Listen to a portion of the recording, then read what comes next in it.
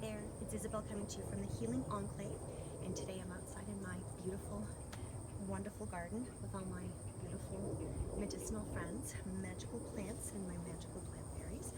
Today I'm out here harvesting a lot of different plants, but one of my favorite plants to harvest is the goldenrod, the Latin name Solidago vulgaris.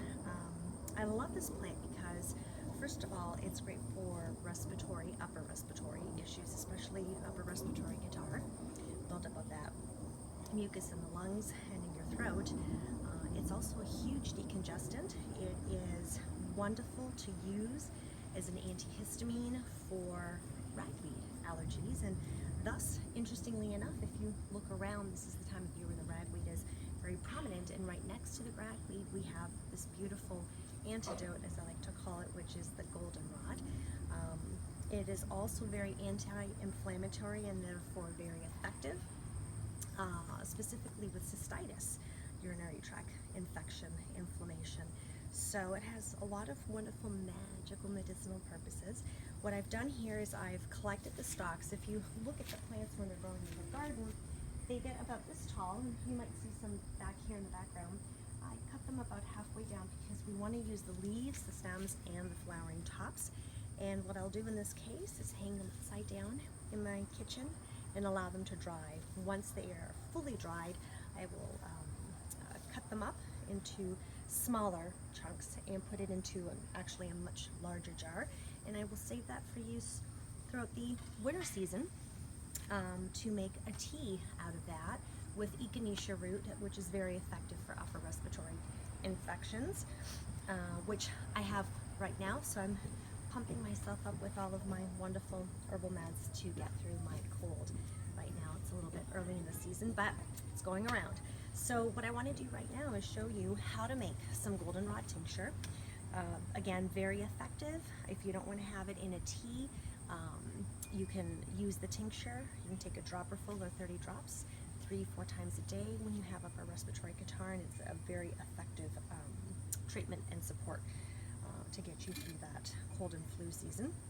So what we're going to do is we take the flowering stalk that we've harvested, and preferably we want to harvest it before the flowers completely open.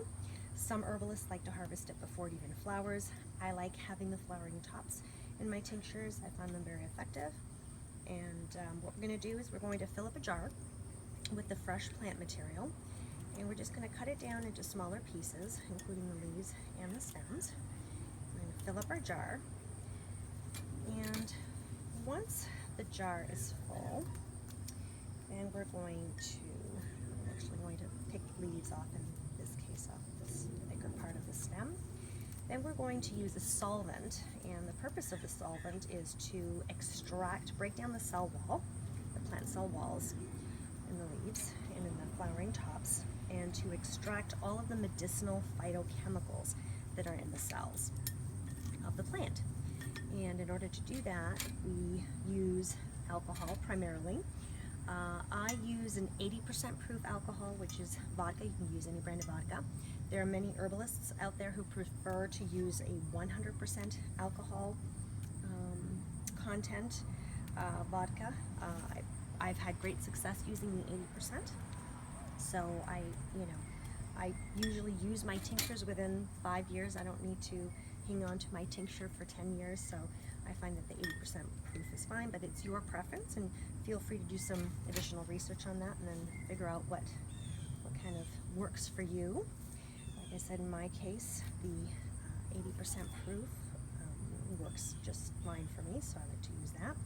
So again, we're going to fill up our bottle. We're going to cut it down to smaller pieces so we increase the surface space of what can be extracted. And then what we're going to do is we'll fill up the jar. I have these additional extra leaves that I harvested off the tips of these stalks so that I could tie them up. So I'm going to cut up these leaves as well and put them in the jar. And I want to leave some headspace room so that the leaves and flowering tops can be covered by your solvent. And the reason we want that is we don't want anything exposed to any air that may be in the jar when you put the lid on, and it may result in mold growth. We definitely don't want that in our tincture. And this also has a tendency, once you start putting the liquid in it, to kind of squish down in your jar. So just keep adding liquid until you've made sure that your plant material is fully covered. And take a look at that. It's my favorite part of making tinctures, is just watching it all come together. So in this case, I think I've covered all of the material. I think I'm going to try and fit in this last little bit, and then we'll top it off with a little bit more of the solvent, or vodka in this case. And we'll take a couple more sprigs of that, a couple more sprigs of this, and this one here. Don't want to waste anything. Put all of these leaves in here.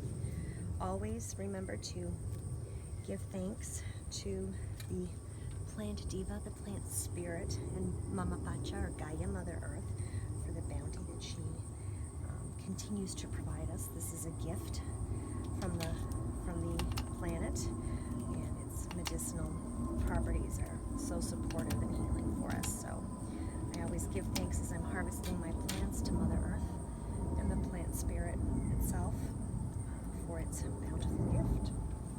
Put these last stems in there. I don't want to waste any part of the plant that I harvest.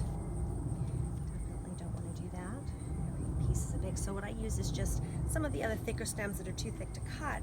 Ideal tool for poking down your plant material and making sure it's all submerged. And then I'm just going to finish this off with a little additional bit of vodka that's left in the bottle. Make sure we get all the air out. And everything is covered. Now I'm going to take the lid, put the lid on it. I'm going to go back inside my kitchen. I'm going to put a label on it, and I'm going to let this infuse for about 4 to 6 weeks. I usually do it 6 weeks. Once it's been infused for 6 weeks, you can put it in a dark cupboard. I always have a big jam cupboard that I use to make my tinctures. I will take it out, I will strain the plant material out of it, and then I will store the tincture, the final product, in a brown bottle. Thanks for joining me today. I hope that I encourage you to get out there and look for goldenrod that may be growing wild on your property. It is not a pest, it is not a weed, it actually doesn't cause allergies, it has no pollen. So contrary to common belief, as I stated, it is the antidote for ragweed allergies. So get out there, harvest some goldenrod, and make some beautiful medicine to support you and your family. Have a great day. Bye.